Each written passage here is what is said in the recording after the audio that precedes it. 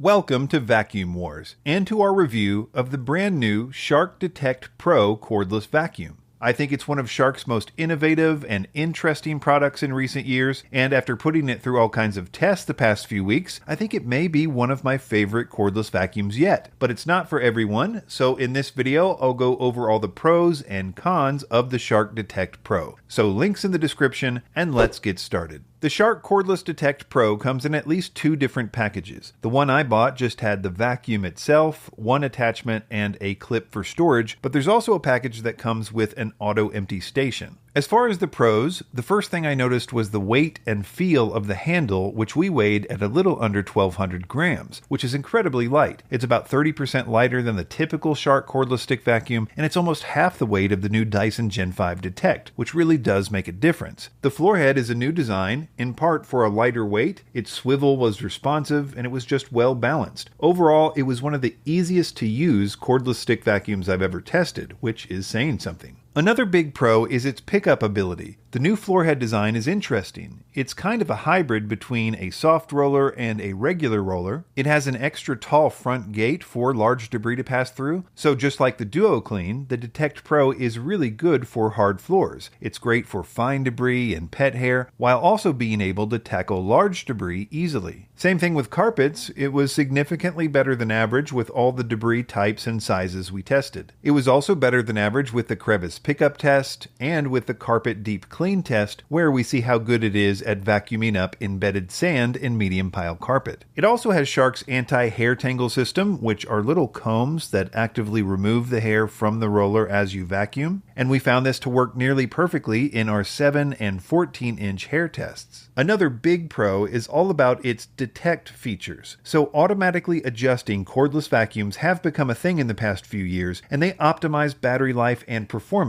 But the Shark Detect Pro is the first one I know of that uses both a particle counter and a floor type detection system to adjust the suction and brush speed. It's also the first one I know of to adjust both the suction and brush speed. Usually it's just the suction power. If that wasn't enough, Shark also added 2 sensors on either side of the floorhead which detect if it's near a wall, in which case it will boost the suction power for better edge cleaning. So it really does earn that detect in its name. It has Shark's complete seal HEPA filtration technology, which keeps what you vacuum up from leaking back into the air, which I think is a big deal and is not always the case in this price range. It has LED rings on the back of the handle that light up when sensors detect high amounts of debris and change color as the area is cleaned. It has an easily detachable battery, and I assume that Shark will eventually offer extras for sale on their website, though it may be too early for that at the moment. The last pro I'll mention is its price. It's not a budget vacuum by any means, but it is about half the cost of a typical Dyson, and if you can work with the cons that I'll mention next, I think it's a huge value.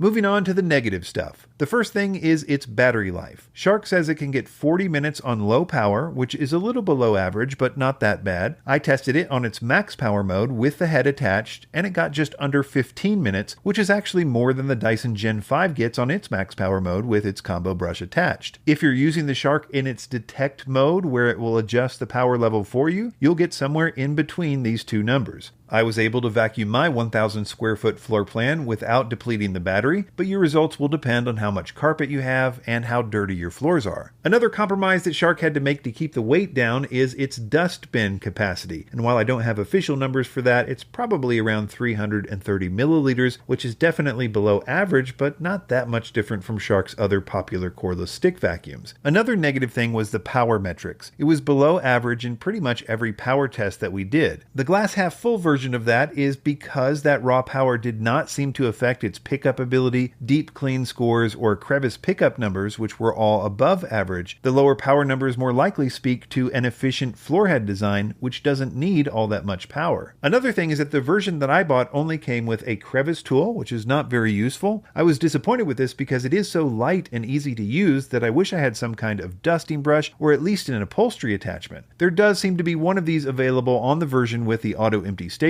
but I would have preferred much more. Another nitpicky thing is even though it has LED lights mounted on the floor head, they are on the top, which maybe I'm missing something, but this doesn't seem to help illuminate the debris very well. The bottom line is that I'm actually pretty excited about this vacuum. Not only is it one of the lightest cordless stick vacuums I've ever tested, it's packed with technology that actually helps keep your floors clean. The new Shark floor head is a big win in my book, maybe even better than the Duo Clean head, and it's all being sold at what I think is a really good price. Links in the description, and be sure to subscribe to Vacuum Wars before you leave. Thanks for watching.